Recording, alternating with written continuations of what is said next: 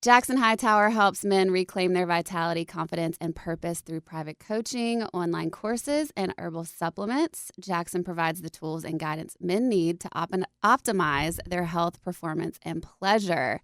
And he is here today with us. Hi, Jackson. How you doing? I'm good. How are you? Great to be here. I have been following your Instagram for a minute, and so I was so happy to find you because you're really stepping into this men's health, sexual mastery world. And you talk a lot about sexual mastery. Can you tell us what that is? Again, so sexual mastery really, we grow up Mm-hmm. and we don't have a lot of guidance in the area of our sexual health, our sexual anatomy, sexual dynamics, like how to connect with partners and things like that. We get a lot of our information from porn, young kids growing up, and that's all they really have access to. And so if you want to be really good at something, usually you take education courses, readings, books, whatever it may be. We tend to do that if you're going to become a doctor, if you're going to become a lawyer, sort of professional, things like that. We don't spend a lot of time really diving into this particular area because of, religion and society and propriety and all the reasons why we don't get into it. So when I think of that term, it's almost like an art form, right? Like your capacity to like be intimate, make love, connect with another human. It's one of the most beautiful things on the planet, right? That's like why we're here almost, right? Is to be able to experience that. And so when I think of sexual mastery, I think of like, how can we create an environment where we are learning more about these things and it's totally okay in our culture so that you can become really proficient, right, at connecting in an intimate way. That's really what it comes down to. So like the physical practices, but also like the before, the during, the after, right, of those sexual experiences. So sexual mastery to me is just, anyone who's an incredible artist or a performer or an athlete, right, they have mastery over their craft. And I'm really focusing on like, how do we help guys get better and master more of their own sexual energy, but also those experiences with when they are intimate with their partners. You mentioned the before, the during, and the after. Mm-hmm. So are they all connected, and how so? So before would be considered like the foreplay. The during is Okay. obviously the interaction, and then the after is the aftercare. So we're not really, we learn a lot about like the act, Mm-hmm. but we don't learn a lot about the before the act and then after the act. And those are actually, in my opinion, more important to creating a really harmonious and like safe environment when you are in an intimate experience. And so, if you ask the young guys like about foreplay, I don't really think that they know much about it or what to do or how long it takes or how long they should be focused on it or, the moves and the dynamics that they should have in those experiences. And so part of like the teaching is about like, how do you have a holistic experience through your sex? It's not just the act and the release. It's how are you before through your actions and your words? How are you during? And then how are you after? So it's really creating almost like this curriculum, right, for young men and not necessarily young men, but any man who wants to really dive into it more to understand that this is not just about you having an experience and quickly getting off, right? It's much broader than that, right? So that's my goal, is to continue to educate and share and provide a different perspective for men, so that takes them out of like the typical, like, this is what I've done, this is what I've learned. Well, let's unlearn a lot, right? And then let's refocus our energy into creating a much more harmonious experience. You also mentioned porn, which I'm just going to dive right in. Do it. Let's do it. Well, because I talk about this a lot on the podcast, that I feel like men often are looking at that as the only way to learn about sex. I mean, it's kind of all that's out there. The way we have it set up now, there's not really good sexual education. And I know your story kind of started with the porn addiction stuff, and it maybe jolted you into being like, wait, there has to be something different. So can you tell the listeners a little bit about that story and why it propelled you to start learning something new? Yeah, so I agree. My particular experience was, I knew that I was watching it more often than I should have. Okay. I wouldn't say that I was a full-blown addict, but I was watching it in place of opportunities where I should have been more intimate with my partner. Okay. And I had the awareness. I was like, okay, like, this is probably not a good thing. Yeah. What's going on here? Yeah. I ended up going to this this retreat where I was like taking some time for myself and like looking into what was going on in my life at that time. It was a lot of transitions professionally, personally, etc. And I had some really amazing insights about the power of your own life force, right? When like the release, like Yeah. the ejaculate, like what is that to a man? And I realized that every time I was watching, porn and doing that instead of finding a way to like actually connect with my partner at the time, it was taking away my energy, right? And it was using that energy in a way that wasn't serving our relationship. And at that point, it was August 8th, 2014. Okay. I said like cold turkey, I'm done. I'm stopping. Like no more. And so what I've learned over the last, year or so of working with guys and seeing DMs that come in, to my inbox is that most men, that's one of their only outlets for sexual intimacy, we'll call it, which it's not really real sexual intimacy, but it's a sexual act that they're viewing. It teaches all the wrong moves. And it also is harming their physiological systems, right? The dopamine reward response pathway. The way that porn affects your brain, and there's studies on this, is that it's kind of like the way heroin affects your brain, right? You seek this like dopamine rise.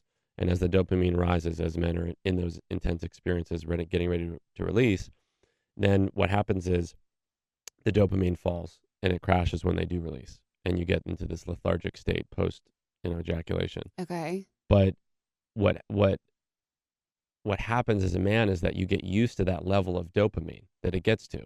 And so if the porn becomes boring or less novel or whatever it is, you're going to need more and more intense experiences while watching and viewing to get that high, because you're chasing that high again, right? It's not as intense as heroin, but it's the same pathways.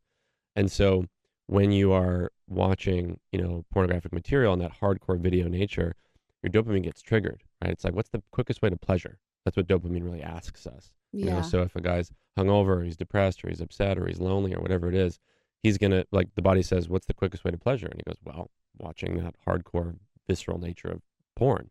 And so they're going to go watch it.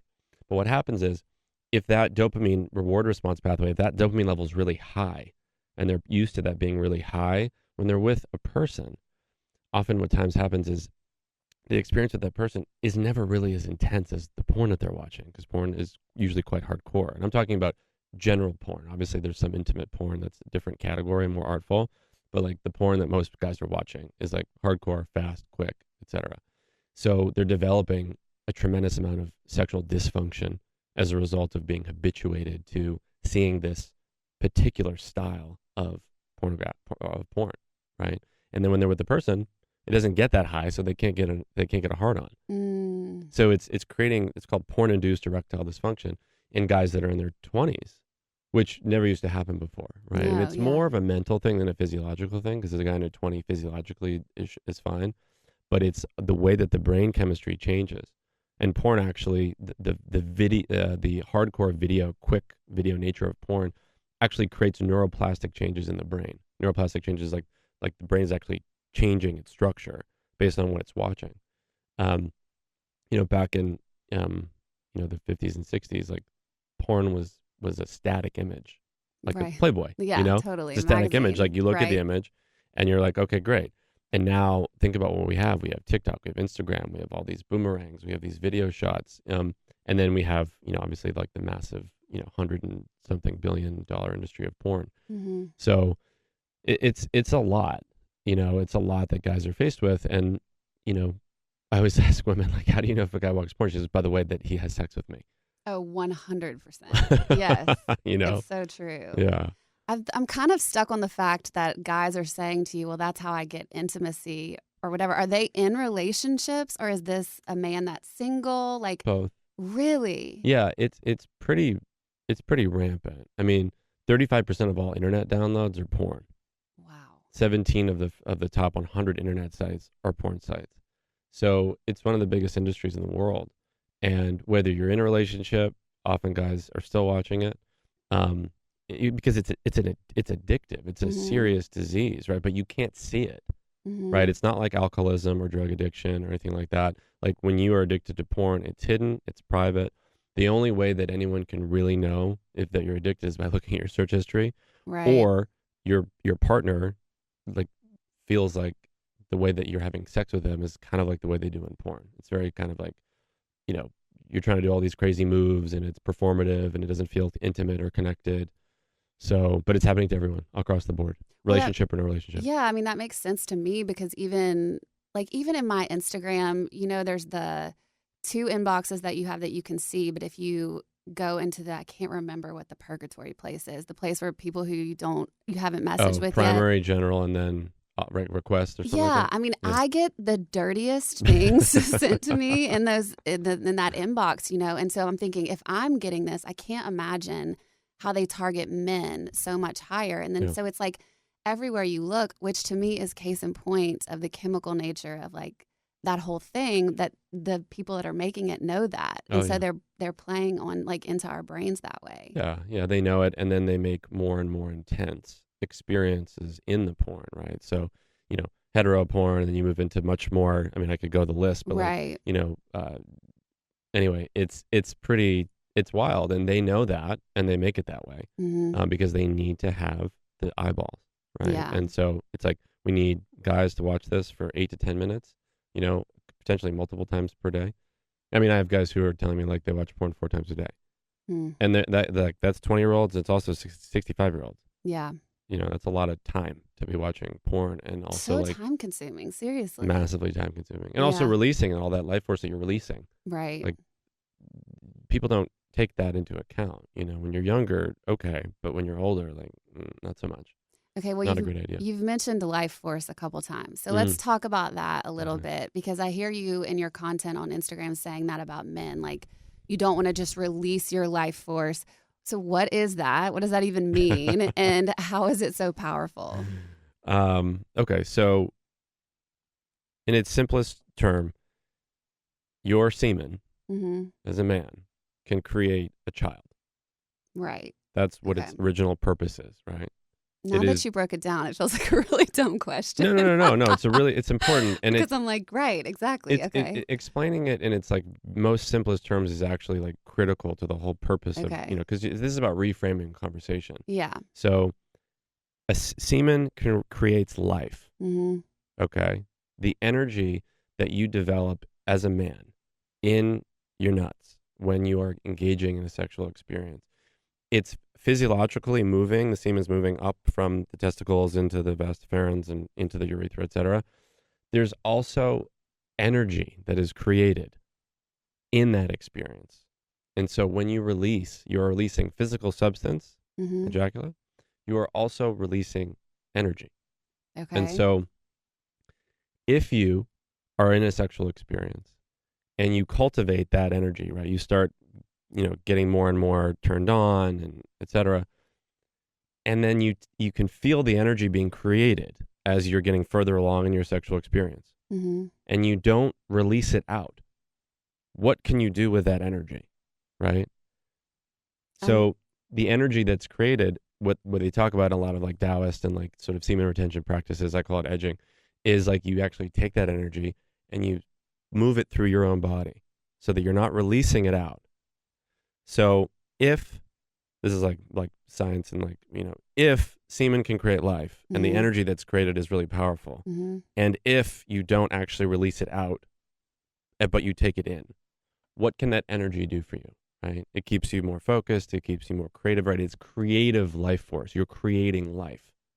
So what I share with guys is like, look, that energy is like, there isn't like an infinite amount of it. Right, that is like your life force in like in you know, ancient Chinese culture. Like they're like, there's a certain amount of energy that you have, and if you're consistently dissipating it, watching porn all day, right, that energy is going out of you, right, and that's energy that can't really be, you know, recollected, essentially.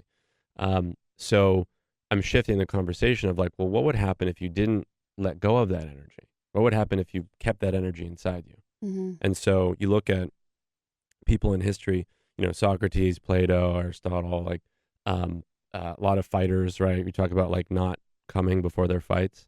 Oh, I don't know if you've heard about this. No, I haven't. It's pretty common if you're, and so that's another way that I try to explain it to guys. I'm like, if a fighter is not ejaculating before his fight, explain to me why. He wants to have the most amount of energy and vitality and drive so that he can win the fight, right?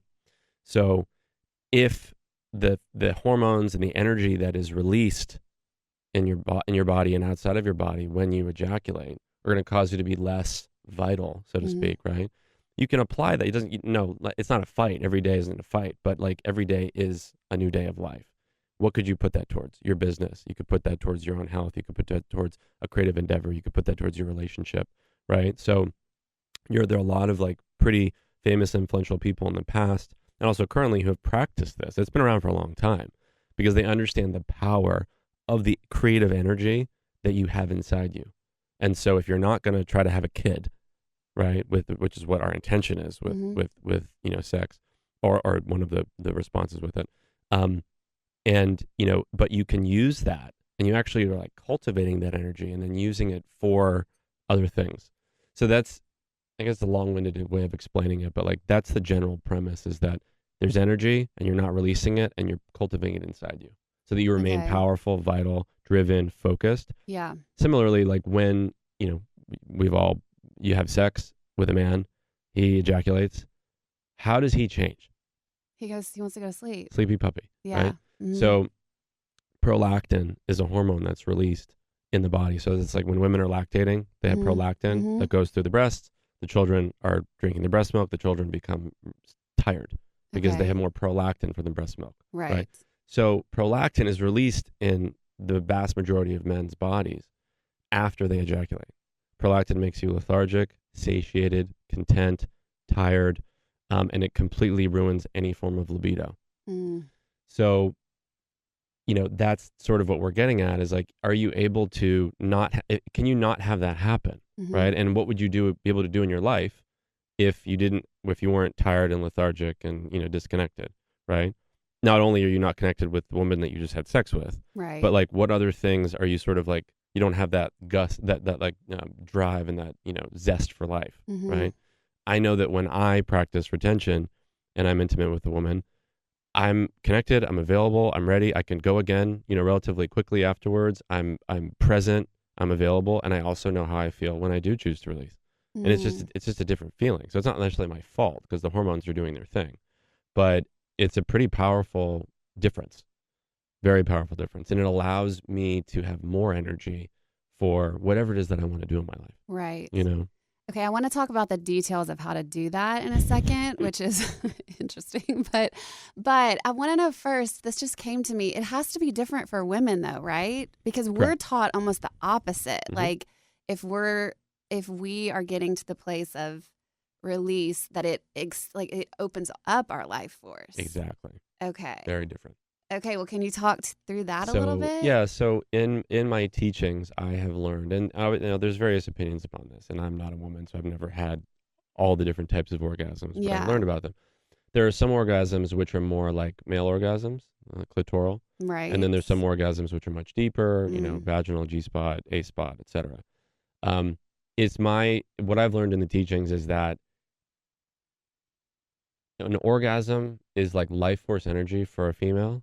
And it creates an entirely new sort of way of being for her. Yeah. And that she should have orgasmic energy flowing through her regularly. Right. So that being said, that's where I get into like, guys, focus on the woman first. You're going to get off. It's really easy. Yeah. But like focus on the woman and like creating an environment where she has the capacity to achieve an orgasm. And then you'll focus on yourself afterwards. Yeah. But yes, women, generally speaking, have an opposite effect as men. Men lose their life force energy and women gain it. Isn't that some shit? That is some universe stuff right there. It's like so much harder for women to orgasm or to get to that place. So much easier for a man, but it's really like the opposite effect when you do it. Right. Okay, well, let's talk a little bit about edging then, because you brought that up, and I've heard it said semen retention. Is that the same thing? Semen retention and it's the same. It's the same general principle. Is that it's a practice of non-ejaculation. Okay. Semen retention is more like you're not masturbating, you're not doing it with a partner, you're just not releasing at all. And edging is more like when you're in the actual sexual experience, that you can do sort of like breathing techniques and physical holds of the muscles in your body, your PC muscle, to actively not release. Okay. And so that's generally how it works. So it's as a man, from 0 to 10, if you had a scale from 0 to 10, 10 is, full release. You ejaculated.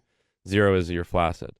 So there's a point, I call it like the magic 8, which is you're in your sexual experience, you're getting more and more turned on, your dopamine's going up and up and up. And, you get to that 8 out of a 10, right? Which is like you're really close. And men know, like as soon as they're like it hits this trigger, they cannot not come, right? And so if they go past the 8 out of a 10, they got to release. Right. So the practice of edging is to learn like where you sit in that spectrum, right? As you go through these experiences of where you need to stop and pause, and you do these breathing techniques and et cetera that I have in one of my programs, and you stop there and you sort of pause the experience so that you can then move yourself back to a 7, to a 6, to a 5, and then hover at that other plateau, and then build yourself up again. Okay. So the experience is so that if you go past the 8 out of a 10, you are going to come, and you probably have to come at that point because there's too much stuff that's built up and you want it to get out of you, right? Okay. So if it's before the 8 and you can cultivate that energy inside you, then you can remain in the experience. You can have more time for her to experience pleasure. But there is a moment of kind of like slowing and pausing. And it's difficult because we're trained as a culture. It's like fast, hard sex is good. Well, that's what porn teaches you. Exactly. Yeah. Right. And so, and when a woman says like harder, harder, harder, men generally go faster, faster, faster, or like they're almost approaching climax. It's very difficult to stop. The most difficult thing in the world for a man to do is to actively not release when he's at the brink. It's so hard to do. Yeah. Because it feels so good for that moment. Yeah. So you're basically having to learn your levels. Like, what is your 8 so that you just become so comfortable identifying that when you're having sex. Exactly. So how do people do that? Well, you do it. I mean, one, you start with yourself. Yeah. So you start with self-pleasure. Okay. And you work yourself up to a place where you're like, okay, cool, I know where I'm at. And then you do the breathing and practices and the holds. And then you can do it. What I usually teach is do it with yourself first, then do it with a partner with oral sex, because it's a much less variables. Oh, okay, I see. And also like communicate with your partner what you're doing. What you're trying to learn. Right. Yeah. If you're in a relationship, it's like, hey, I want to try this thing. Let's do this together. Okay. Here's why we're doing it. Right. It's a reframing of the entire experience. And then the last part is doing it during sex, because during oral sex, she's not in the experience really with you in the same way. Right. There's sort of like, she's giving the man pleasure. Working. No, I'm right. just kidding. She's doing, yes, she's true. She's, and so I say like, start with yourself, learn how to do it, learn where you're at, work on, with oral sex, and then start doing it in an intimate experience. Okay. And so I get a lot of feedback back, like from women and, man, like, well, why would I do that? And again, my whole goal is like, let's reframe our experience. What are we doing here? I know you want to get off. I know that it feels really good. I've been there. Like, I'm a guy. But what would happen if you came 20% less, right? What would happen if you came 35% less, right? What would that do for your life? And actually trying it for a couple weeks, months, et cetera, and seeing how it goes. Because it's not something you pick up right away. Right. You know what I mean? It takes time. And also the reframing of why you're doing it, right? Like, you have to actually get it and want to do it. You have to believe that, like, okay, cool. Like, I know how I feel after I come. Well, what would happen if I didn't feel that way, but I still had a great experience? But I went without that little like momentum, that little moment of ejaculation, right? Which is like, it feels good for about 10 seconds. I mean, if you're really good, it feels good for like a minute or so. Yeah. And you can elongate it. And then the woman usually comes to me like, I feel badly if I don't make him come. That was such the feedback that I got from people when I started talking about your content. And women would say, how do I get over though? Like, if my partner's not coming, how do I know he's happy or satisfied? And the mental aspect of that, because we so equate orgasm to satisfying sex. 100%. Yeah. So it's like turning a cruise ship, right? Like, this isn't something that's like, oh, great, everyone's going to get it. Women have a lot of value associated with making their man come. Exactly. Because that's what we're taught by watching porn and sort of like the dynamic that we have in our culture, sexually right now. And what I find most interesting is if people are willing to give something a different chance, to give something a different way, and they're like, okay, let's try this, see what this feels like, right? You're going to bumble and stumble at first. It's not like it's just quick and easy, You both have to want to do it. But if the women had less value associated with that and more sort of like, what is the journey of our sexual experience together? Like, what are we trying to achieve together? Right. We want to achieve pleasure. We want to achieve connectedness. We want to achieve intimacy. We want to, push the boundaries of what we can explore together. And having less value associated with like, well, if I don't make him come, then who am I? Right? Totally. Like that's a total Yes. mind F, you know what I mean? Right. Like to most people. Yes. And, most guys are like, I want to get off. Yeah. And I get that. So this isn't for everyone. Mm-hmm. But what I try to share is like, it's a really powerful way to like totally elevate your sexual experience to like the sexual mastery level where it's like, you can really start, art directing your sexual experiences and, paying more attention to like her pleasure, right? Like there's a major orgasm ratio, like inequality of orgasm that's happening right now in our world. Wait, what do you mean by that? Well, I mean, heterosexual females have like the lowest orgasm percentage of I think any type of like it's like it's just really low.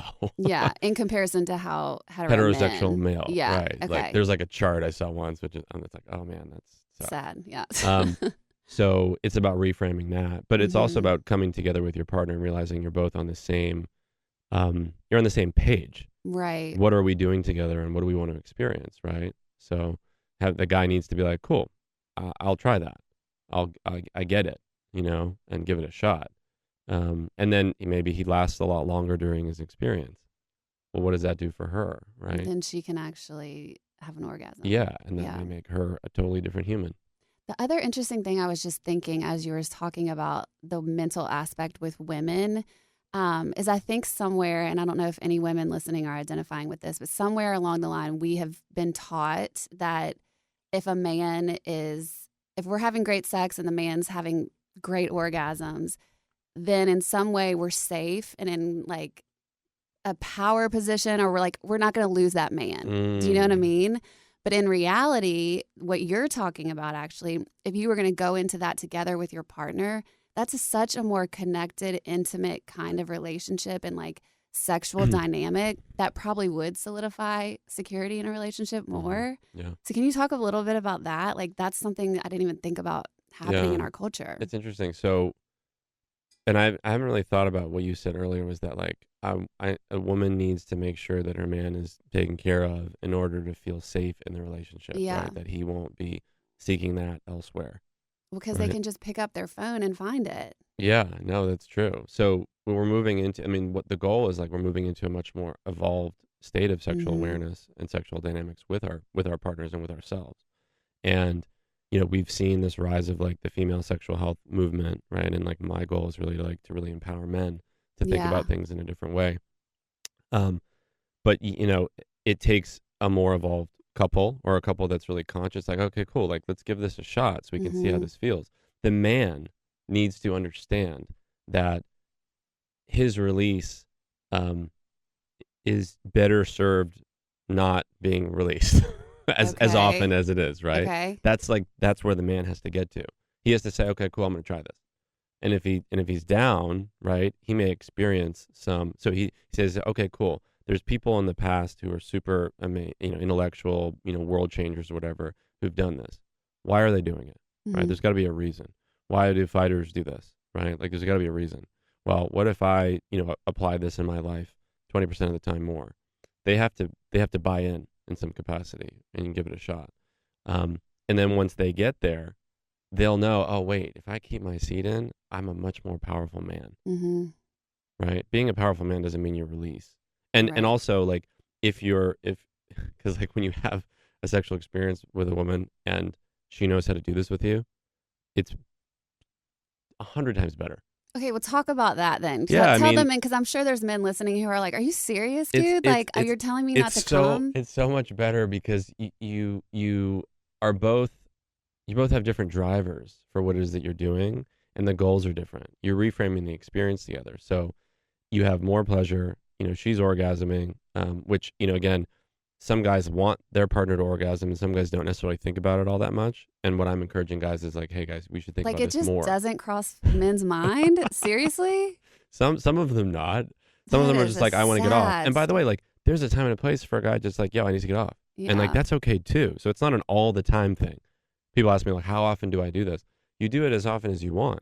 You do it Okay. as often as it makes sense for your relationship. I don't do it all the time. You Yeah. know, if you're having an insane time and she's about to come and so you don't want to stop, then just keep going and have that experience Okay. together.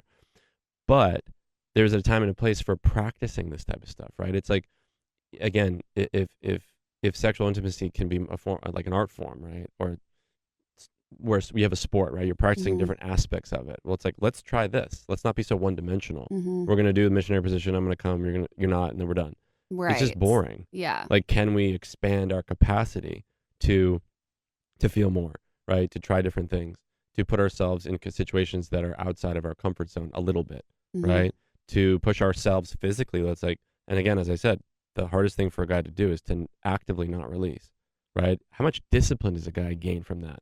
And what discipline can he take into his life, Mhm. right? If he can do that regularly, like where he's going to get the most intense burst of pleasure that he's able to experience as a human, if he's able to hold off on that, what can he do in his business? What can he do in his personal life? What can he do? I mean, there's just so many things that applies to. So it creates an incredible amount of like self-discipline, right?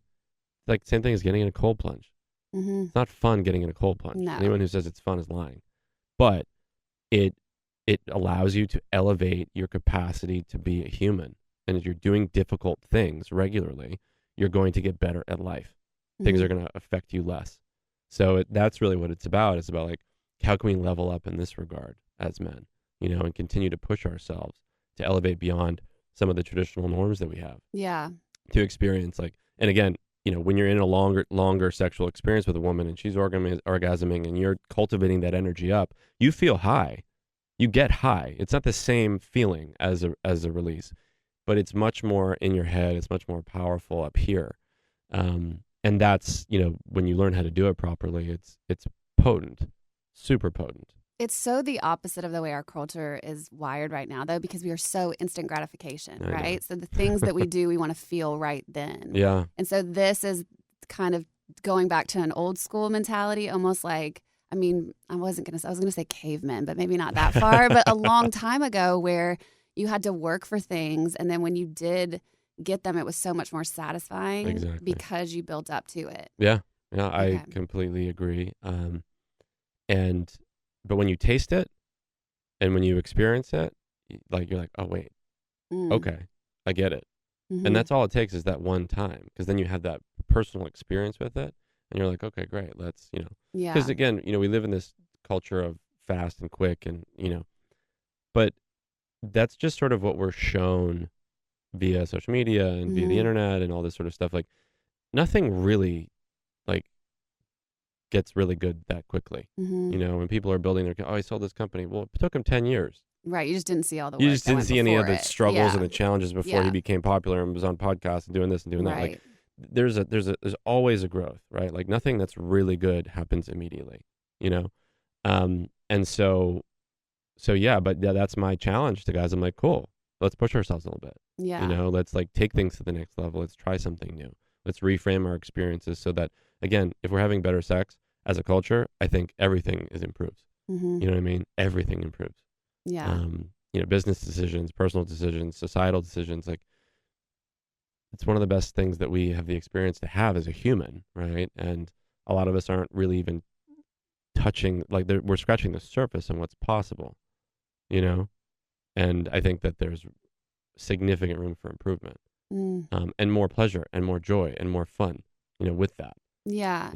I think that's so true because I was thinking that women are now being taught to lean in. We've had the opposite of men for so long. Like sex was shameful. You weren't supposed to do it before you were married. I mean, we're in the South, but just all of these different programming things that we have that y'all don't have. It's kind of the opposite. Yeah. And so it's interesting that it almost, if you're getting into a place of wanting to grow your sexual experience, for us, it's to lean into pleasure and like lean into receiving. Yeah. And for y'all, it's more about discipline and harnessing. I know you use that word, harnessing your sexual energy. Yeah. So you have more power over it. Yeah. The internal alchemy, right? That harnessing of that energy. Like what I've realized is that most men don't have a really healthy connection to their own sexual energy. And so if you don't have, because they're watching porn, they're ejaculating way too regularly, they're just not necessarily connected in a healthy way, right? You have to have a healthy connection, right, between here, and down there. And so if you don't have a healthy connection with your own sexual energy, how are you going to be able to take that into a partnership? I just don't think you can, right? And so that's why we see so many partnerships where there's lackluster sex, or there's challenge sex, or there's, cheating or infidelity or whatever it may be, right?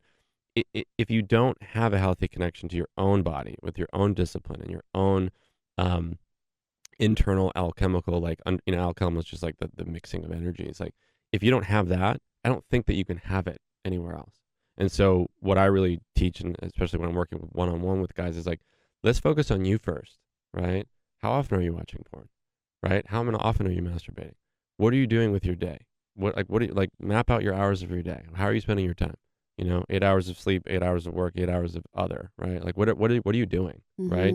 Are you masturbating to porn 4 times a day for an hour or 2 hours or whatever it may be?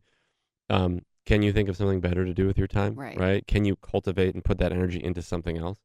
And so if you develop healthier connections with that energy, and you start to really, a lot of the other stuff I do, which is like teaching guys how to, connect with their members, right? They connect with their sex centers in a way that isn't masturbatory, like females have yoni exercises, vaginal exercises that you're doing, like whatever. There's stuff that guys can do where it's like, let's actually cultivate a healthy connection down there. It's like the gym for your Kegels? Kegels is one of them, yeah. Okay. I mean, you can do physical manipulations, you can do Kegels, So men can do Kegels too? Oh, for sure. Okay. Yeah, Kegels is actually the best exercise that men can do for their sexual health. Interesting. Yeah, it's super potent. It helps with erectile dysfunction, it helps with premature ejaculation, and it also helps with prostate health, which is a big one for men, where men are also concerned about prostate. But it's, like the Kegels are massively important. Massively important. And so, I have a whole program where I teach guys like 9 different variations of the exercise with breathing routines and stuff like that. And you can do Kegels like sitting here. I'm doing Kegels right now. Oh my God. Like you can't even see I'm doing them. Well, now I am too. So like you can do them anywhere. It's just about like making the time to do it. Most men don't have a strong pelvic floor. And if you don't have a strong pelvic floor, you're not going to get as much circulation. You're not going to have as much erectile function, or you're not going to have as good erectile function. And you're also not going to be able to control your release. So it's like that movement, right, of like that squeezing movement enables guys to hold off on the release. Yeah. And so if you can get that muscle stronger, right, and, you train it, you can see differences in 3 or 4 weeks and how long it can last and your ability to get a better erectile quality. So that's what you would say. I would feel like with all of this stuff that I feel like a lot of the men might be listening, being like, this sounds so terrible. Like, why am I going to put myself through this? I like the way things are. I'm really I'm getting off every time I have sex and all this stuff.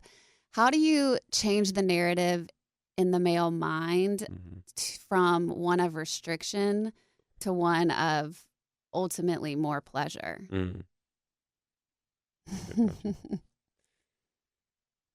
So it's really about, reframing, right? What does that word restriction mean, right? And if you're a guy and you practice a sport, or you have a discipline, or you're a business person, like there's always discipline in everything, right? There's restriction, so to speak.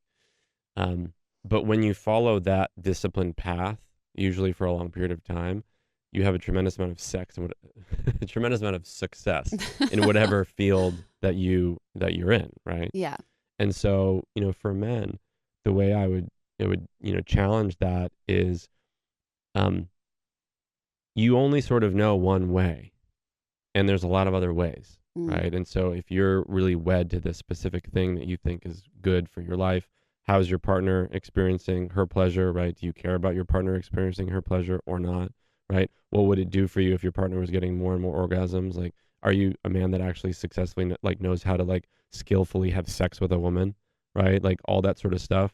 It does matter. Men care about their capacity to perform, right? Deep down. They may not say it on the outside, but we want to give our partners pleasure. We just don't necessarily learn the way to do it. Right. Right. And so if the way that you've been doing it thus far in your life has resulted in like a certain outcome, right? Well, analyze that outcome. Is that actually what you want? Or deep down, you're like, oh man, I'd actually really love to be able to like skillfully make love to my wife, my partner, my girlfriend, whatever it is, right?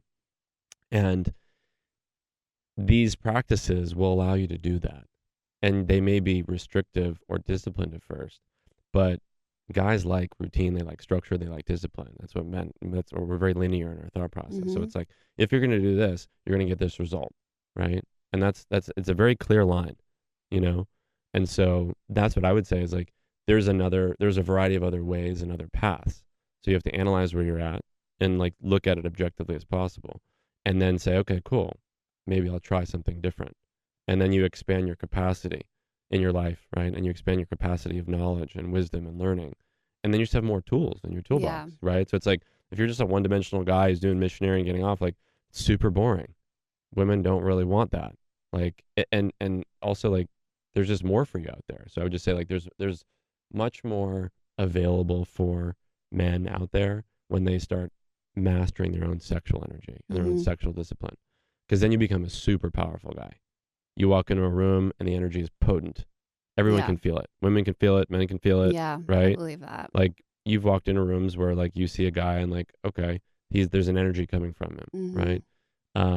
You know, so personally, like, if I am self-pleasuring and I'm like, you know, before I go out or something like that, and I don't release, but I've cultivated that energy and I bring it up inside, the energy I get from women when I'm out is significantly more than when I release or when I don't do it at all. I would leave that like 100%. Yeah. Energy is everything. And people, I feel like we don't talk about that in our culture, but especially as I'm listening to you talk about the buildup and what that would cultivate within you, I could totally see where you would be drawing in it's something that matches that vibration if you go out in the world. Absolutely. You know, it's like, if I didn't self-pleasure, it's neutral. There's no positive or negative, right? And you go out and you're doing your thing. And the energy that you're giving out is the energy that you're giving out.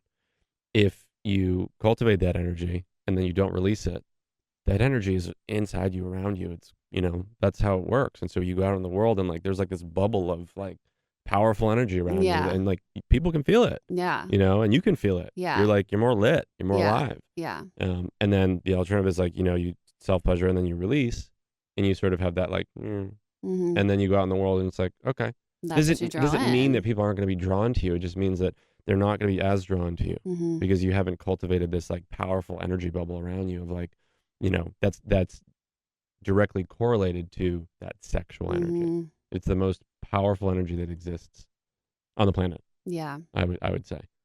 You touched on men not knowing how to please a woman or not being taught. And I often think that also comes from women not knowing how to find pleasure themselves. And so I love that we're talking about the self-pleasure aspect because you're not saying don't do that, but you were bringing up maybe the use of porn with it. So is there ever a time and place for porn for people listening who are like, I don't want to give up my porn completely? Like, is there any way that you can bring that into relationships, to your personal life, and also what about masturbation in general? Like, do you have different, like, what's too much? What's the right amount to cultivate all of this? Yeah. So for men on the porn front, I generally tell guys to stop watching porn altogether. That's like my general rule, because what you're talking about is like a very small percentage of like guys who watch porn once every 4 months. And they're with a partner and it's like, let's have a fun experience. Let's watch this and whatever. They're not getting entrained. They're not getting that dopamine stuff. They're not, it's too infrequent, right? What I'm more referring to is like guys that are watching porn 3 or 4 times a day actively, which is a significant amount of the population. Really? And this is globally. Like this is. Who has time for this? This is a lot of people. Don't you guys work? Remote work culture, you know, it's really easy. Guys on their computers, right? So on your phones, it's just so, it's like, you look up any website, boom, you got it. And so that's my general rule is like, stop. Okay. Because in general, it ain't helping you. Every now and then, whatever, if you don't have an issue with it, like, sure, do your thing. I don't have a problem with that. But what I see is more just like the general population, like we need to cut it back like significantly. In terms of masturbation for men, masturbation is totally fine. It's part of life. Like, we have energy. We do need to release it sometimes. Yeah. There's a sort of like a sliding scale of the frequency of release and like how old you are and what level of health you're in, right? And so as a young guy in your teens and your 20s, like you can release 3 times a day and like you still have that energy and that gusto. I mean, I'm not saying that you have to, but like you'll feel the need to quite regularly. Yeah. As you get older, you know, that slowly starts to, like, it goes down and down and down. So it's like, okay, now you can do it once a day. Now you can do it once every 3 days. Now you can do it once every week, right? Actually releasing. It doesn't mean you can't be engaged in sexual activity. It just means the actual release. So 20s and 30s, you know, 20s, it's like 1 or 2 times a day is like okay if you're healthy. 30s, I think it's like once a day. 40s, once every 3 days. 50s, et cetera. So it just keeps going down. And again, this is based off of like this concept of maintaining that energy, that life force energy inside you as much as you can, because it gives you life and it enables you to feel a certain way. So if you're getting rid of that energy, again, it's not infinite. So masturbation is totally fine. And I usually just say, like, don't watch porn. You know, you can watch Instagram videos because there's a lot of softcore porn on there anyway nowadays, or get like a static image, or what's best is like use your imagination, right? Because that's going to train you to be able to like visualize things. You'll get more creative. You'll, you know, feel differently about it. And then when you're with a partner, your dopamine response isn't going to be so messed up, right? Because you're just thinking about things in your brain. And so that's generally what I say. But like, yeah, it's totally fine to masturbate. Like, okay. You know, I'm not like, there's like no-fap communities where I think that the best part about no-fap is, and you know, no-fap is like, I'm just assuming that means no masturbation. Means no masturbation, no touching, whatever. I'm not really an advocate of it. Okay. Because I think like if you don't use it, you lose it. So you want to like cultivate energy there regularly. But for people who have serious addictions, it's good to do that for like, you know, 60 to 90 days. Right. Where like you don't touch it, you're not cultivating it. You're just like, okay, let's get off of this addiction to porn and move into something that's, you know, more healthy. So it's kind of like a bridge, like a gateway. But after it's, you know, out of your system, you know, you should be, you know, cultivating the energy down there, right? You should be doing exercises. You should be doing Kegels. You should be, you know, you need to put energy towards it so that you know how to use it when you're in a situation. You know, if you don't ever touch it, you're just like, cool, I hope this guy works well. Right. You know, but like, here's to hoping. Yeah, right. Like, yeah, fingers crossed. Yeah. Okay, well, let's talk a little bit about sex with a partner. And if you do find yourself in a relationship, or say you're a man that's working towards this, or you're a woman that's been working towards this, and you're together, can you kind of talk listeners through what that kind of sexual relationship can look like? Because I think the only thing we see in our society is the opposite. Like it's either the porn stuff or it's a dysfunctional relationship. So I don't know that we have these examples of what it could even be. Yeah. What a healthy sexual dynamic relationship is. Well, you know, I think first of all, sex is the topic that is so programmed in our psyches to either not talk about or be shameful about or be embarrassed about or not want to be vulnerable about, right? So it's really about like creating a safe space to actually have a conversation about your desires. How often do we actually say like, what do you really love, right? In this arena where you're not in the sexual experience, you're actually outside of it, right? And you're just having a conversation with your partner. Oh yeah, we don't. Right. So one is like actually sitting down and being like, cool, like, what do you love? Like, what are you really into? Like, what's your wildest fantasy, right? And you have to do it in a way where it's non-judgmental and you're not going to use it against each other in a negative way, right? Which is sometimes can be challenging, you know? This concept of like, oh, well, if you like that, then you're a whatever. It's like, well, that's not fair, right? If you really are into someone and you want to explore the boundaries of what you can experience together and push yourselves in this regard, then you have to come in with an open mind. What I have found is that generally speaking, women are much more open about having these types of conversations than men are. Men can be a little bit closed off sometimes. Men are, in general, like we have a lot of value and self-worth that's tied to our penis. Right. And it's tied to our capacity to perform. It's just a thing. So if we tell y'all it's not going well, that's super offensive. We get very offended. Yeah. And it may not be a big deal, but it's like it's literally the most sensitive topic you could possibly approach with a guy. Yeah. Possibly broach with a guy is his penis and is that well, yeah, and his performance capacity, right? Yeah. Which is like, and so, men were affected by size, by look, by appearance, of that region of our body, Mm-hmm. how well we know what we're doing, right, or not doing. We don't want to admit that we don't really know what we're doing, but we also were never taught. So it's like, well, how are you expected to know anything if you never actually learned? But you're learning from porn, which is teaching you all the wrong things. So it's like Mm-hmm. you're in the situation where like you've never had proper education around it. So you're not expected to know. But as a culture, as men, we're like, yeah, we're supposed to know how to do that stuff. Well, if you don't have a master teaching you, right? Mm-hmm. Like, then how do you learn? Right. Right? So, having a conversation and creating a space where it's like, cool, like, let's just throw some ideas up on the table. Like, have you ever tried this? And like, go to ChatGPT and say, like, what are the list of kinks? And you can print it out. And then you'd be like, cool, are you into that? Or like, would you want to try that? And just go through it and be like, great, let's try that. Or getting some positions or like something like that, getting a book. And it's like, oh, that's a cool position. Let's try that. Mm-hmm. And just like having that conversation where it's about exploration. It's not about one partner doing worse or better. It's about let's explore, right? And again, like I talked about, we scratch the surface of our sexual capacity, right? Like kinks, fetishes, and BDSM, like people kind of know about that. But what about just like trying different positions, right? That are outside of like the normal range, Mm-hmm. right? Or like eye contact. Exactly. Like it right? could be something really simple. Right. It doesn't need Yeah. to be even penetrative, right? You're talking Right. about a lot of this stuff in Tantra is like it's eye contact, Right. it's breathing, it's matching Mhm. your breathing, it's it's just holding parts of each other's bodies, it's Mhm. spooning, it's just being having skin to skin contact for long periods of time so you can feel connected to somebody else. It's about creating intimacy. So there's that whole like before, during, and after, right, thing that I Mhm. talked about before. So I think that's where it is, and as a woman, the best. So I get a lot of feedback from women like, I talked to my partner about some of your content, and it was super well received, and he really enjoyed hearing about it, and now we're trying this new stuff. I'm like, that's amazing. How did you do it? Right? Like, what was your approach? What was your strategy? And a lot of them say, I started out sharing something with him that he's really good at. Yeah. Right. It's the sandwich technique. And then Yeah. I said, here's some things that I'd love to explore with you. Mm-hmm. Right. And so it's your language and the situation and the tone and all that sort of stuff is so important with a guy. You have to remember, men can be quite sensitive.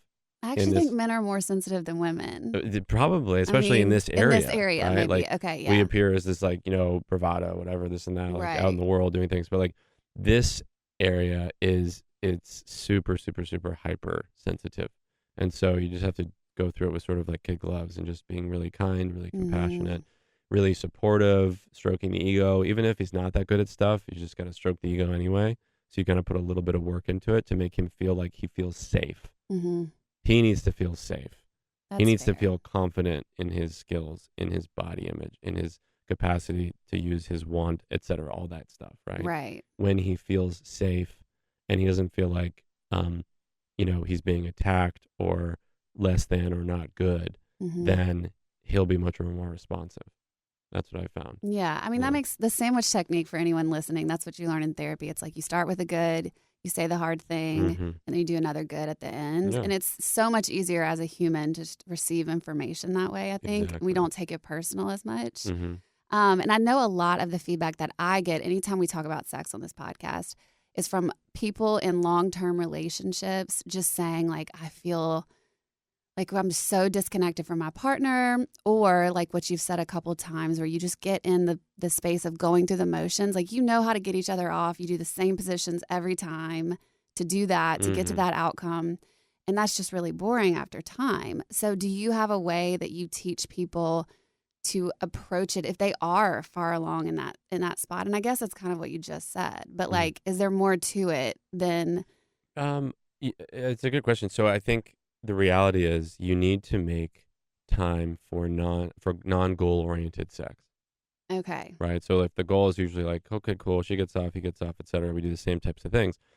That should be 50% of your sexual activity, but the other 50% should be like non-goal oriented. Let's explore, right? Let's explore with each other. Let's try this thing. Let's try that thing. Taking time, either going on a trip or a staycation or something which changes the scenery, right? If you have children, you got to get out of the house. Yeah. Because children, when women are in the house, they're not going to be that same sexual way. They're a mom. They're in mom mode, right? And the dad's in dad mode. So it's like finding time away from your typical environment. So it's about changing the percentage of like goal-oriented sex into more exploratory experiences. It's changing your environment, right? And it's changing sort of your attitudes about what it is that you're doing.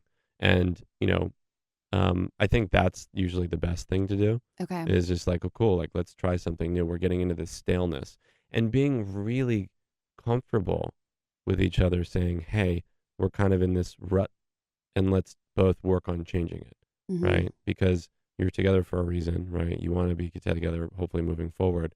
So what are the things that you can do in order to spice things up? Okay. And then really diving into like, what do you both like? Like, pretending you both don't know each other and you're picking each other up for the first time at a bar. I mean, there's so many things that you can do, right?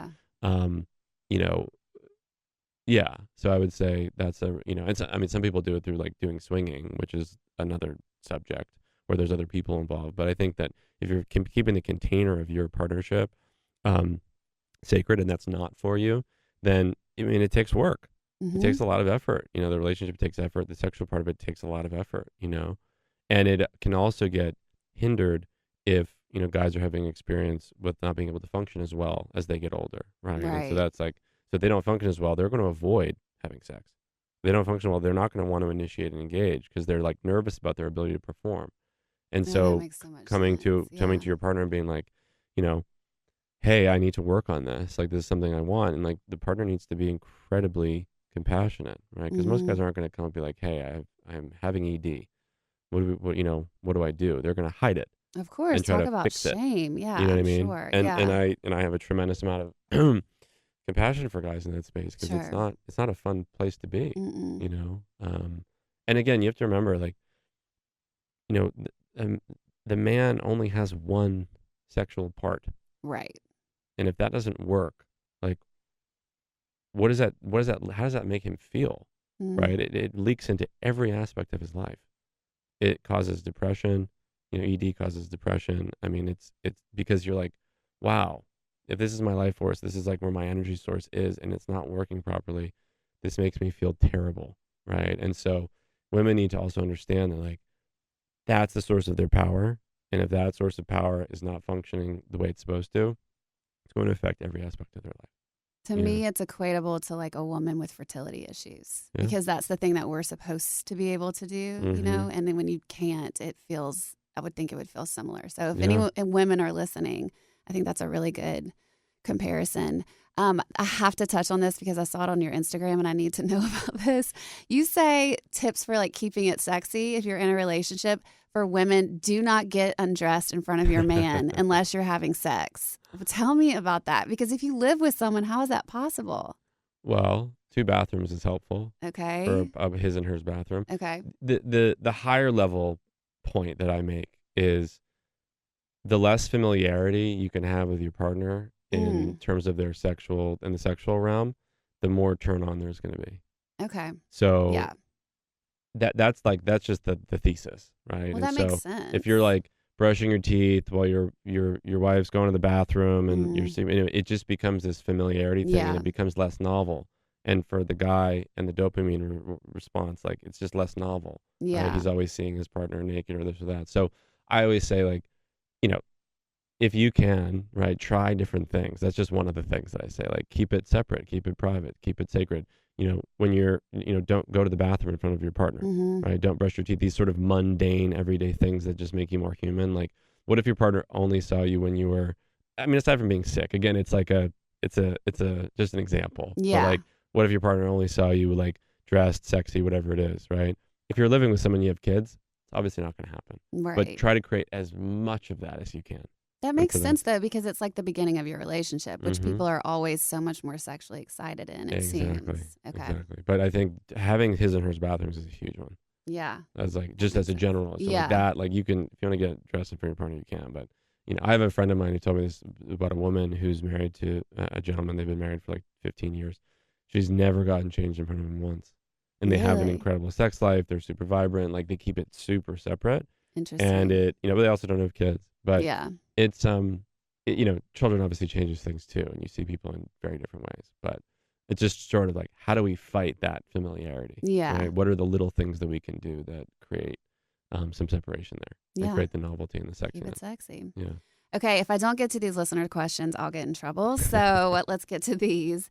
How do you tell a man you don't want to film a porno without hurting his feelings? So basically, this listener said that they were having almost like aggressive sex. She was like, he was throwing her around in all these different positions in the room, and she was like, whoa. And it was also the first time they had had sex. Uh-huh. So she wants to do it again to see if it gets better, but she's also like a little nervous. Yeah. So do you have suggestions on how she can approach this conversation?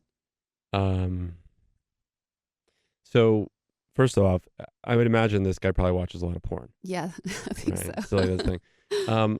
You know, I would just say, look, like you got to talk to the guy and just tell him through the experience, like let's go a little bit slower, right? Like Mm, calm down, relax. And maybe she can even initiate and engage in some activity where maybe she's massaging him and she sort of takes a little bit of that role where okay. she sets the tone and the pace to Yeah. be not this like animalistic, primal, like throwing around type of thing.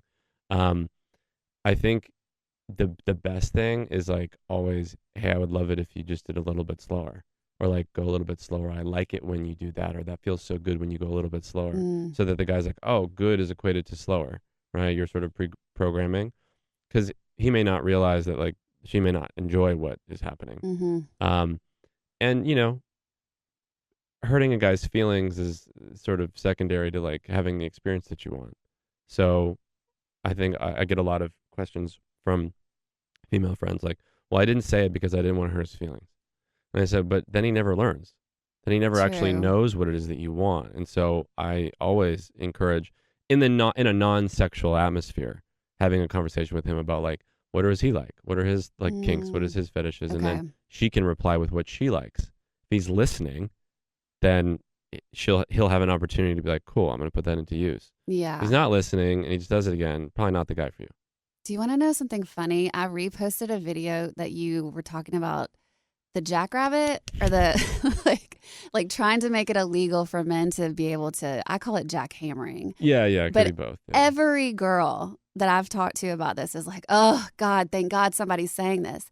Every boy or man was like, well, duh, of course. And I'm like, okay, if y'all are acting like this is such common knowledge, why is it happening so much? Yeah. So that's the case in point of like how it's really difficult as a woman to talk to men about these certain things because, like you said, I think it's the ego thing. They don't want to say, oh, I didn't know that. Yeah. So you just go based on what feels good to y'all. Yeah, exactly. Or what they've been watching and what they've been attuned to, right? It's like you're going to do whatever you learn, right? Right. And that's all through this like fast, hard, sexual experience.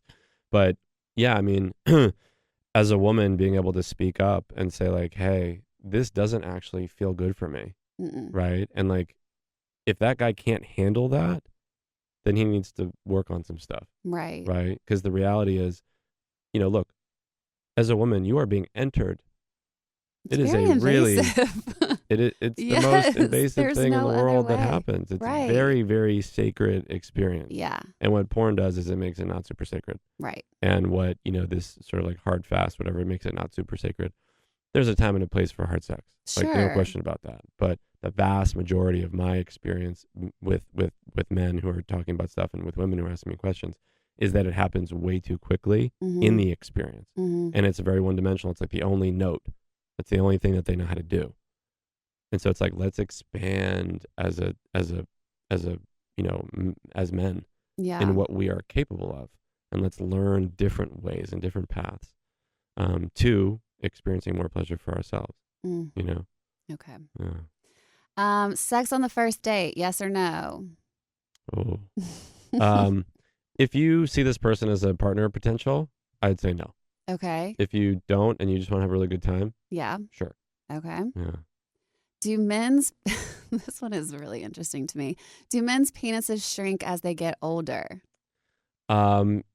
Somewhat. Really? So, yeah. So like, just like your body sort of shrinks as you get older, like you Yeah. lose muscle mass, you have less circulatory response, etc. Like if you're not actively working on that area, it can get smaller a little bit because there's less circulation usually. Oh, So the veins get interesting. smaller, the arteries get smaller, everything sort of gets smaller. Okay. Potentially, it's not like a guarantee. Yeah. But yes, and that's why a lot of the herbs and the oils and things like that that I have as part of my product line, they're really meant to like continuously have blood flow, nitric oxide production, relaxing the skin tissue, but Okay. also like working the area. Like you gotta do the exercises, right? Like Yeah. if you go to the gym for 20 years and your biceps and this and that, and you're working out regularly, and then you stop working out, well, it's like you're gonna lose all the muscle mass. It's gonna become fat. You're gonna get skin that's gonna stretch, right? And that's just what happens if you don't cultivate an area regularly. Mm, So it does happen. Yeah. okay. Yeah. But you can avoid it. Yeah. Yeah.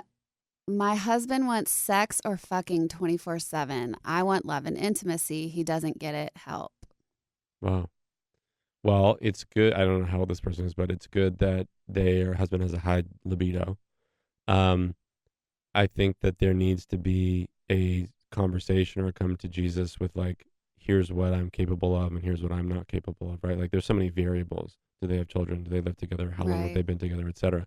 If the guy has high drive and high libido, um, as a woman, that's good because it means that he is like, he's healthy and he's strong, etc.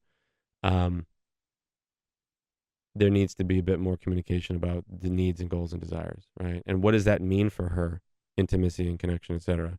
And if he's just like fucking 24/7 and not like making love or having a more intimate experience, right? It seems like the way that she's experiencing sex right now is not intimate. Mm, It seems like it's probably that hard and fast yeah. thing when she says that word, right? Yeah. Fucking is not Yeah. making love. So, um, you got to just have that conversation with them and say like, hey, I would love to just like, let's try this. Let's go really slow for one experience and see what that feels like.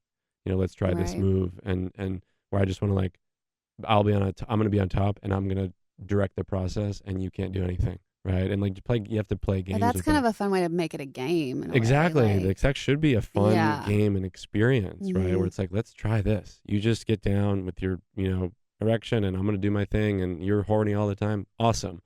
I want to pleasure myself and you can't move. Yeah. Like, trying Yeah. things that are sexual and intimate where there's penetration, but where she's able to maybe control some of the experience more and then give positive feedback about that experience so that he understands, oh, she likes this. This is good. And I like it Mhm. too. And it feels nice. Mhm. But again, the most important part about sexual, like success in the sexual realm, is the ability for us to communicate. Yeah. And like this is obviously all of life, business, personal, sexual, and whatnot. If you don't know how to communicate, you're not going to be really good at anything. Mhm. You know what I mean? You have to have the ability to communicate. And what I found is that this particular area, sexual communication, is the one that we have the least practice in. The one we have the least amount of teachings in. But we're starting from so we can only go up from here. Mhm. You know what I mean? I think that's the most important thing. And there's so much content, more and more content that's being created around that from women and from men, so we can learn how to be sexually literate, as they call it.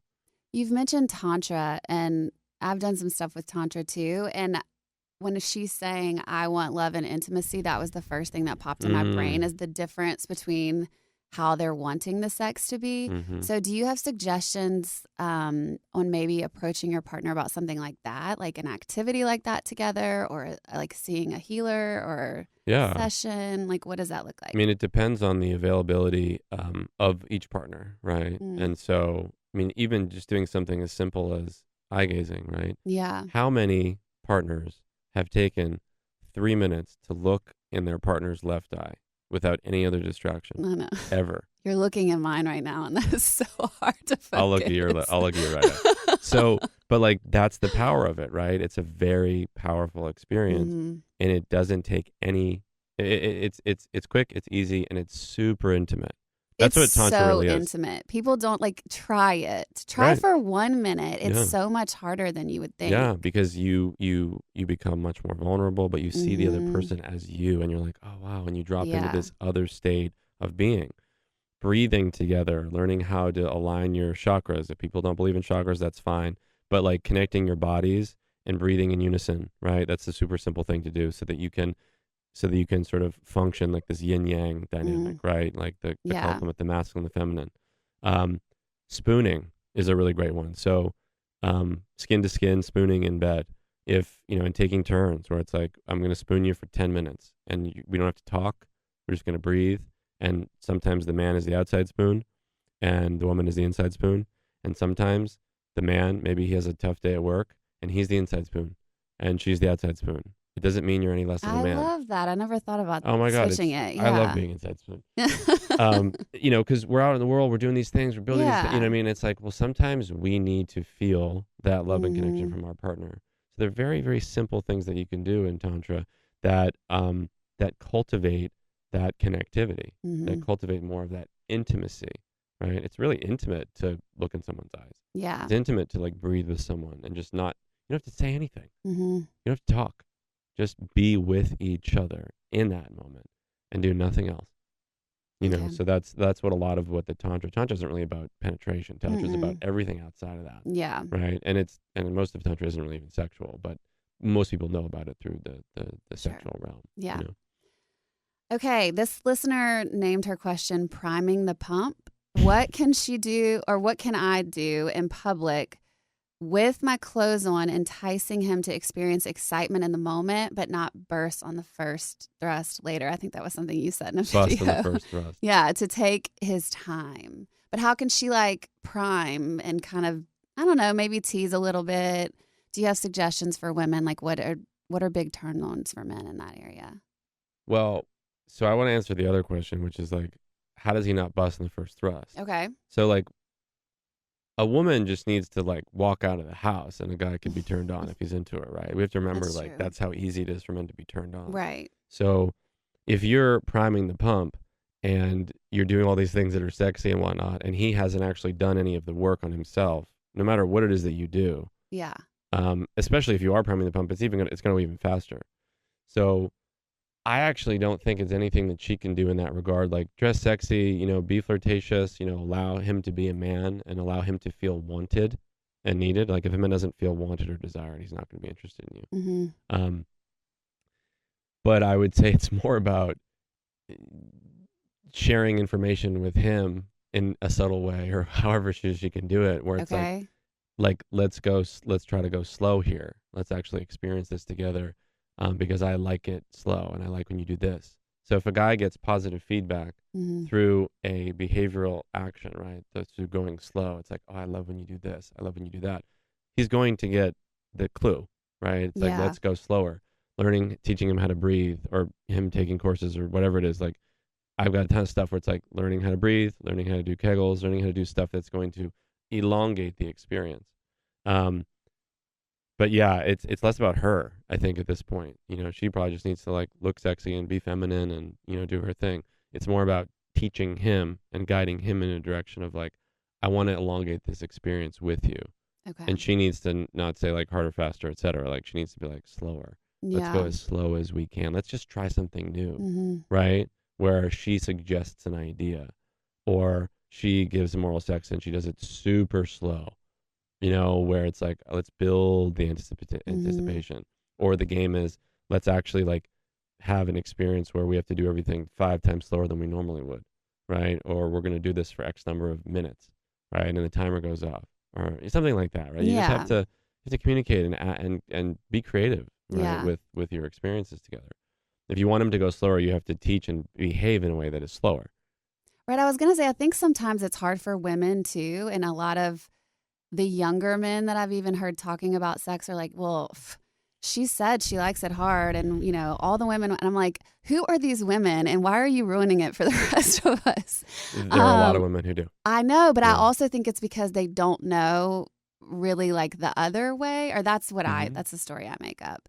And so I'm just, I think it's kind of a both it's like both people or both sides of it are really not helping the issue. Exactly. And again, it goes back to like, we're so uncomfortable talking about sex. So Yeah. we just do the thing Yeah. we see in porn. And like, I Yeah. think for women, what men don't understand is they just want you to be into them. So like a lot of times they're just acting that out in the sex life. Yeah, exactly. Yeah. They're like, oh, well, he likes this, so I'm going to do that. He likes this, being Exactly. the key thing. Yeah.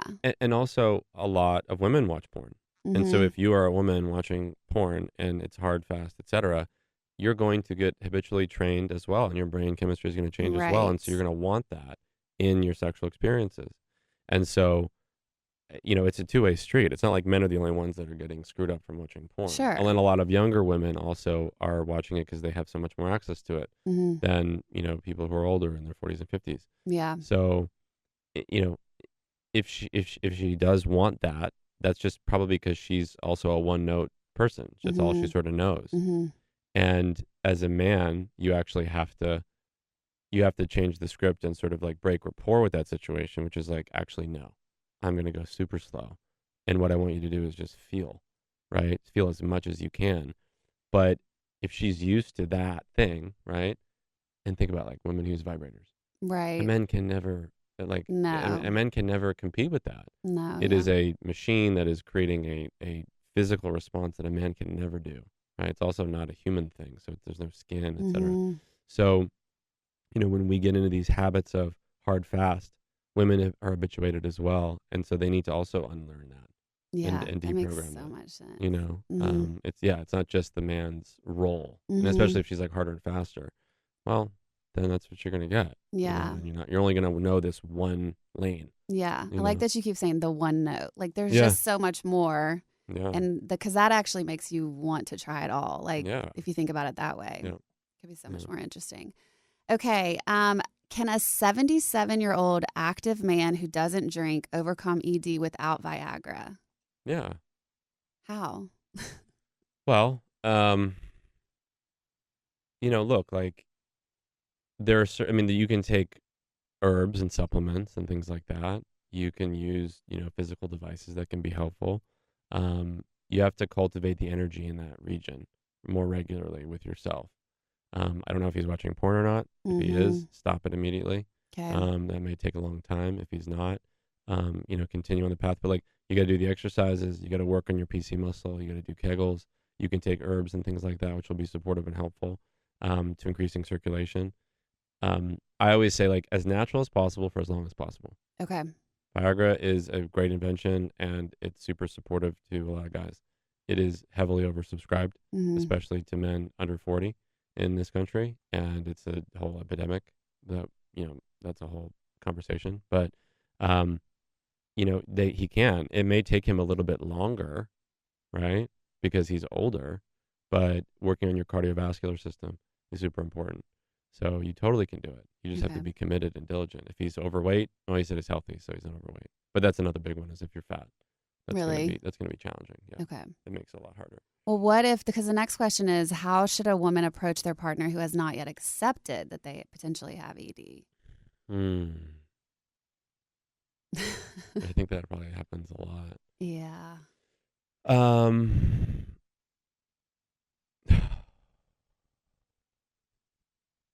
So the set and setting and the intention is super important, right? And it's probably one of the most challenging conversations a woman has to have with a guy. If a woman doesn't want to just, sit back and not have sexual experiences because of that, right? Because that guy who has ED is not going to be engaging in sexual experience. Right. If he doesn't know he has, first of all, he knows he has ED. He knows. Yeah. Right. I was So thinking the same thing. some of it's just like, you got to break rapport sometimes, but doing it in a super compassionate way, which is like, let's do this together, or let's work on this and let's try to find solutions. If that guy doesn't have the wherewithal to do something on his own and search for options or explore, then he needs support and he needs help. All I could say is, like, it's contextual about what this person is into, what they like, but finding an environment where they're at their, peak high, and then, bringing in this topic of conversation is going to be helpful, where you do that sandwich. And maybe it's 2 slices of sandwich, like 2 slices of bread, and then the middle of the sandwich, like you have to stack on more and more, right? And, because if you don't say anything, you may never actually get what you're desiring. And if you do say something, you may run the risk of hurting his feelings momentarily. But he already knows what's going on. So just approaching it being like, hey, like, let's get this going, for you, and just being like on his team and on his side, not like I'm feeling less than, or I'm feeling not supported in our sexual life, where it's just like, let's support you. I want this for you. I want to do this for you. And I love you. And all this sort of stuff. Yeah. You have to make sure that just affirming. Yeah. Affirming and positive response. Okay. How do I initiate more sex if my sex drive is higher than my husband's? Oh. Well, usually that happens as men get older. Right. And so it's actually interesting. You find a lot of women that are in their late 30s, early 40s, mid 40s, who their sex drive is usually at their highest then. Exactly. Because they have more testosterone production at that time in their life. And then if they're not in a partnership, or if they're divorced or something like that, they usually go for guys that are younger, because sexually they're getting their sexual primes matched. Societally, it makes no sense, and children-wise, it makes no sense. But like, a guy in his mid to late 20s is much more sexually primed and appropriate for a woman in their mid 40s or late 30s. You can sort of like try to create more experiences where you're sexual together. You can do things that are going to be more of a turn on for him. Men love physical touch. So it's like, I've never, if a man doesn't want to get massaged or touched or whatever it may be, try to have, do a shower with him, give him a massage, turn him over, whatever you got to do, right? Where it's like, let's get you into more of that sexual realm. Okay. Is going to be helpful. Men respond usually through physical touch and through words. That's like their love languages. So creating an environment where you're maybe initiating a bit more than you would want to, but like you kind of have to do it just because that's what happens. And also making sure he's not watching porn. Because again, any energy that is going outside of the relationship, especially to the computer, is going to take away from any of his drive that he has for you. Like it's just a fact, and he's going to get less and less and less and less interested in you if that porn continues to stay high. If he's not watching porn and he's not into you, I don't know. I mean, you got to try to spice things up a little bit in some capacity.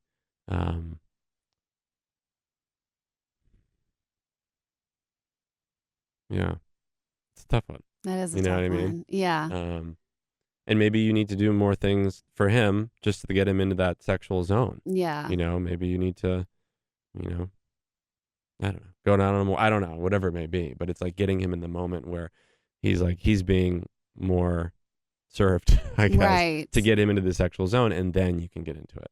Also, what's coming to me is how you said to ask for preferences or things that turn you on, like kinks or anything like that. Like maybe start with that kind of conversation. Exactly. Yeah. Exactly. And also like, who knows the dynamic of the relationship, how long they've been together, how old they are. There's so many variables. True.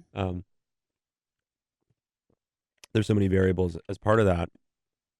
And, I just think that it's all about communication. Yeah. And as a woman, you don't need to be afraid you're going to hurt his feelings, but being able to communicate your desires in an environment where you feel safe, where he feels non-threatened, is like, that's the key. Creating, however it is that you need to create that with your partners. Yeah. I want to say something else to women too, because we've said you don't need to worry about like hurting their feelings, but it's so ingrained in us to not do that and to not rock the boat.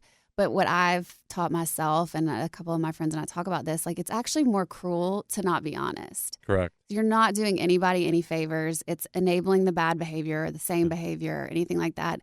And it is not intimate. It's not truth. Yeah. So it's actually like more mean. Exactly. If that's what you're worried about, it's actually more mean not to be honest. Yeah. So it's a short term, you're looking for more of like a, I tell, my girlfriend's like, oh, I don't want to say something because I feel bad. Yeah. I don't want to hurt his feelings. And I'm like, men are linear like creatures, right? We don't like being in purgatory. We don't necessarily love feedback, but if we get a response, at least we know where we stand, right? So this happens a lot with like ghosting, or like, I didn't want to communicate with him because I felt bad, or I didn't want to tell him that he was bad in bed because I felt bad, or that I wasn't enjoying the experience and I didn't want to continue the experience because he was bad, right? If you're in a partnership with someone, you're with them more regularly. It's a different scenario. But men can rationalize things pretty easily. Yeah, it's about an area that's very sensitive for us, but we can rationalize mostly anything as long as there's communication that's compassionate. So if you're being engaged with and you're not feeling like you're attacked, I would encourage all women, like, speak up, speak your mind. And if he can't handle it, that's something he needs to work on, right? That's something that he needs to really focus on, right? Because at the end of the day, if you're not comfortable getting feedback, even in this area, right? Like, you got to just continue to work on yourself and elevate so that you can, because we're not all perfect. We're not all like really good at everything, right? And every man in his life has had situations sexually which have been suboptimal. It just happens. Yeah. It's like, it's complex, Yeah. Okay. Last one. Advice for women who struggle because they have never had an orgasm with their partner. Oh, well, you said earlier some guys don't care, so I guess make sure he cares first. Well, yeah, should make sure he cares, but also, I guess the questions I would ask are: have you had an orgasm with yourself? Have you had an orgasm with other partners? Have you never had an orgasm ever? Right? Those are sort of like qualifying questions. And, if you know what you like, right, and you know what turns you on, are you communicating that with your partner in some way? Right? Is there the communication clear? Right? Well, like, I like this, or I like that, or I like this position, or this position, usually turns me on. Some women don't actually explore themselves. They don't know. Right. And then it's kind of like the blind leading the blind. The guys try to figure it out. The woman doesn't actually explore it herself. And it's like, well, if it happens, it's like it's a miracle, or it's like, once out of every 100 times. So knowing what you like, communicating that to the man being able to, like, take that feedback and be like, cool, like, let's try this together. And it could be a function of, maybe there's a lack of skill on the man's side where he doesn't actually know what to do, and he needs to sort of, like, learn different things. But it's complicated because there's so many things I would probably want to ask this person, but I think it really stems from, like, if you know what you like and you can get yourself off, then you need to share with him what that's like and sort of do it together and guide him. It's like, you're going to take dance lessons as a guy and you need to learn how to lead ultimately. But before you learn how to lead, you need to learn the moves. And so usually there's, like, a woman who's teaching the guy the moves, right? So how do you do these dances together? And it's, sort of very similar sexually in this scenario where it's like, if she knows what she wants, she shouldn't just leave it up to him to figure it out. Yeah. She needs to be really communicative of, like, hey, I love this. Let's try this, or, like, do it here. And maybe she's more in her masculine in those first little bits until he gets a hang of it. But hopefully he'll learn, and then he can just do it on his own, and then she can fully relax in her feminine, and then he can do his thing. Okay. If that makes sense. Yeah. And then if she doesn't know what she likes, maybe that's where to start. Like, exactly. going to figure that out on your own first. Yeah. Okay. Yeah. Well, Jackson has a ton more info on his social media pages, lots of videos on all the things we've talked about, and actually more. We kept it fairly PG for some of this content. So can you tell the listeners where they can find you if they want to keep up with you? Yeah, so social media is all Get Natural Jackson. Okay. Instagram, TikTok, and Facebook. Yeah, and my website is naturaljackson.com for supplements and programs and things like that. What kind of programs are you offering on the website? So I have individual courses about edging and Kegels and breathing and things like that, mostly for men, but a couple for women. And then we're actually putting together a community where there's going to be conversations, chats, a private community where people can get access to the courses, the programs, the PDFs, the brochures, all the stuff that I create, all the guides and things like that. And that's going to be released in May, which is exciting. Cool. And so you'll be able to get access to everything there. But yeah, those are the two places to go. Awesome. So. Well, as always, I will put that in the description of this podcast for you guys. Jackson, thank you for being here. This was so fun. Yeah. We might have to have you back and answer some more of those steaming questions. I would love that. All right. Thank you guys for listening. Take care. We did it. That's great.